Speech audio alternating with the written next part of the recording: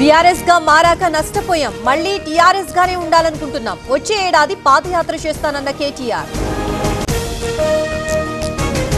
టీడీపీలో మంచి లక్షణాలున్నాయి. టీడీపీ అధినేత నేరుగా కార్యకర్తల్ని కలుస్తారు. బీఆర్ఎస్ లో అది లోపించిందన్న కేటీఆర్.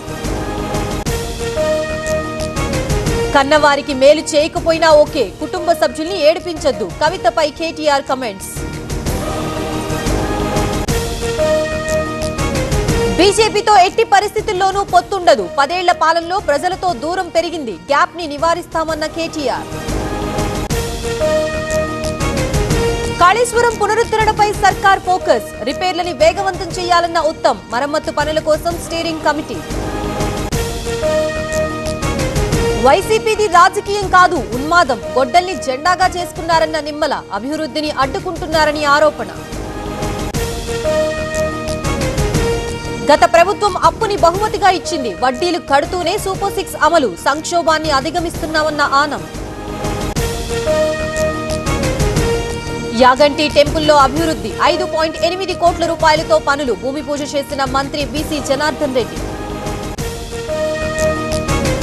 మహిళా బిల్లుకి అందరూ మద్దతివ్వాలి. అడ్డుకుంటే చరిత్రహీనులవుతారు. మహిళలు గుణపాఠం చెబుతారన్న బండి. హుస్నాబాద్ లో పొన్నం పర్యటన. చెక్ డ్యాం ఫీడర్ ఛానల్ కి శంకుస్థాపన. ఎల్లమ్మ చెరువు కట్ట పనుల పరిశీలన. కంపెనీల వ్యర్థాల దహనంతో కాలుష్యం. పరిశ్రమలపై చర్యలు తీసుకోవాల్సిందే, లేదంటే చెత్త వేస్తామన్న అనిరుద్ రెడ్డి. హనుమకొండలో భారీ అగ్ని ప్రమాదం. పాత సామాన్ల గోడౌన్లో చెలరేగిన మంటలు. రంగంలోకి దిగిన అగ్నిమాపక సిబ్బంది. సుబ్బారావుపై పంజాగుట్ట పిఎస్ లో మంగ్లీ ఫిర్యాదు. తనపై అసత్య ప్రచారం చేస్తున్నారని ఆరోపణ. కేసుతో ఎలాంటి సంబంధం లేదన్న గాయని. డ్రగ్స్ తీసుకునే వారిపై మరింత నిఘా. జగ్గేపేటలో 112 మందికి పరీక్షలు. అందులో 30 మంది డ్రగ్స్ పాజిటివ్. రాజమండ్రిలో రౌడీలకి కౌన్సిలింగ్. 200 మంది రౌడీ షీటర్లు హాజరు. గొడవలకి దూరంగా ఉండాలన్న పోలీసు.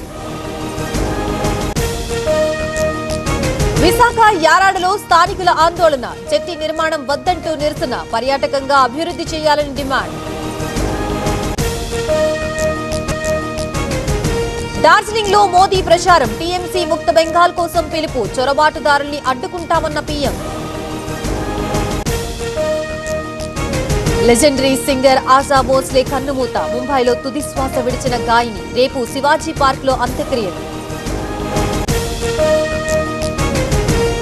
ఆశా భోస్లే దేశం గర్వించదగ్గ గాయని. ఆమె మృతి తీరని లోటన్న రాజకీయ ప్రముఖులు. సినీ ప్రముఖుల సంతాపాలు.